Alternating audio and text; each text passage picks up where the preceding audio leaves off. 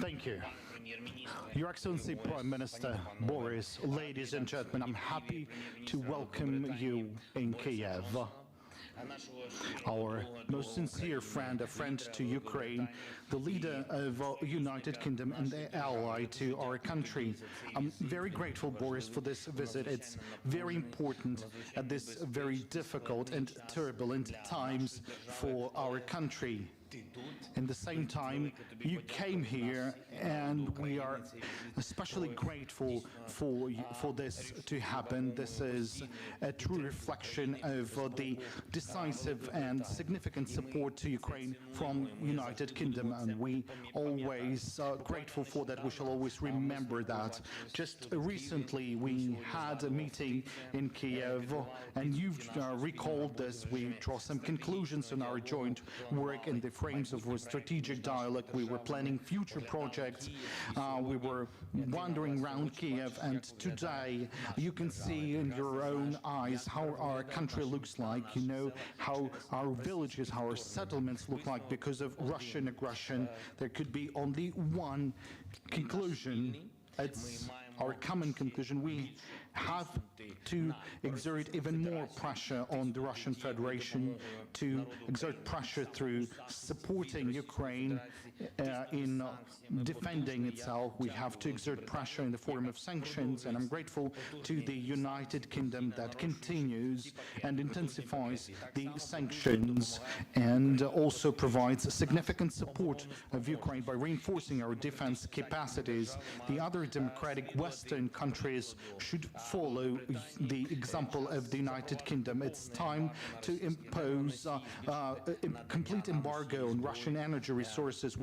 They should increase the amount of weapons being supplied. The people of Ukraine value the support of United Kingdom on our path to peace, and we were absolutely united with the Prime Minister in terms of the need to reinforce the anti-war coalition. I have informed Boris Johnson on the negotiation process about our clear position.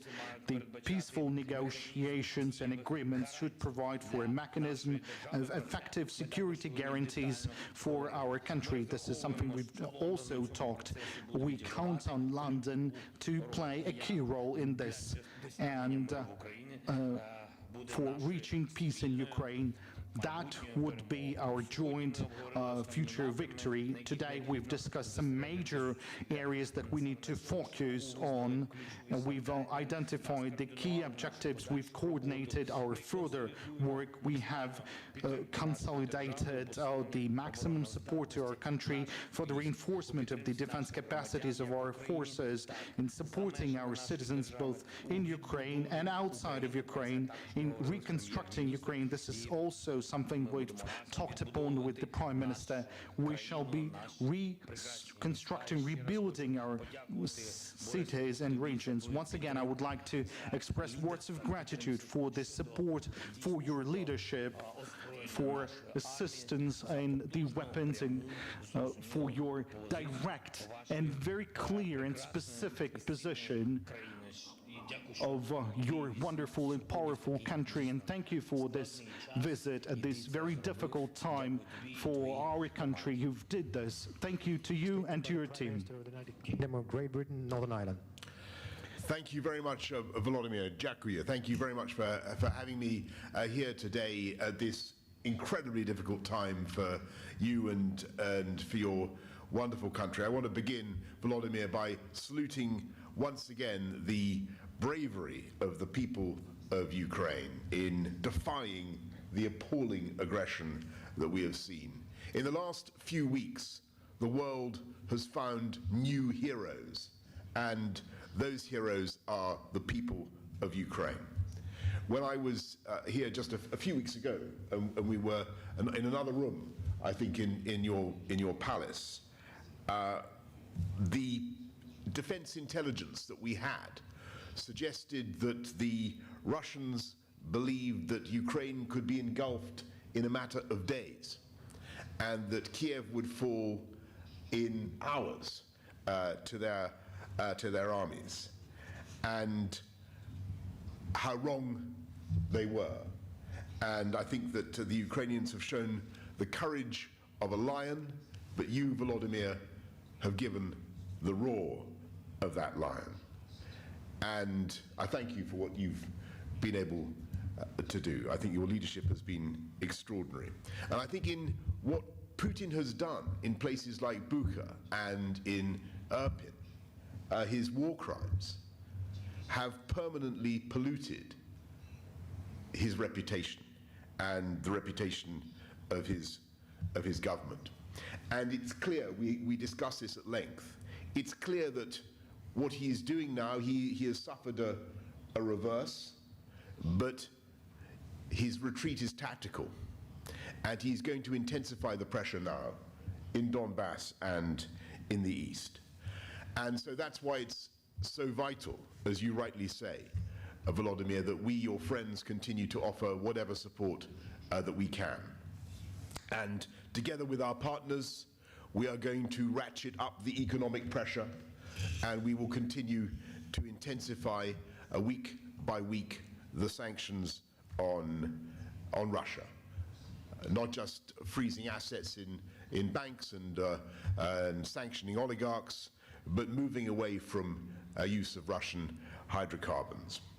And we will give you the support that you need, the economic support, but also, of course, the defensive military support, in which I'm proud to say that the UK helped to lead the way. And just the other day, we raised, I think, £1.5 billion at a donor conference from friends, partners around the world, dozens and dozens of countries who now want to support Ukraine. We want to liberalize trade with Ukraine as we go forward to help your economic circumstances, barley and other commodities. There are things we should be doing. We want to help you with demining your country, getting rid of the savage traps that the Russian armies have left behind. And to come to your central point, Volodymyr, I think we are evolving a vision now for the future. Heraclitus, I think, said war is the father of all things. I mean, that was an exaggeration. War isn't the father of everything. But what this war is certainly producing is a clarity about the vision of a future for Ukraine, where together with friends and partners, we, the UK and others, supply the equipment, the technology, the know-how, the intelligence, so that Ukraine will never be invaded again, so that Ukraine is so fortified and so protected that Ukraine can never be bullied again, never be blackmailed again, never be threatened in the same way again. In the meantime, there is a huge amount to do to make sure that Ukraine is successful, that Ukraine wins, and that Putin must fail. Over the last few hours, I've been able to see quite a lot of your beautiful country, and it's an amazing country. I've also seen the tragic effects of the war, an inexcusable war, an absolutely inexcusable and unnecessary war. But having been here in Kyiv just for a few hours, I have absolutely no doubt, Volodymyr, listening to you, listening to your team, your redoubtable team, I have no doubt at all that an independent, sovereign Ukraine will rise again, thanks above all to the heroism, the courage of the people of Ukraine. Thank you very much, and Slava Ukraini. Thank you. Героям слава. Дякую. Thank you.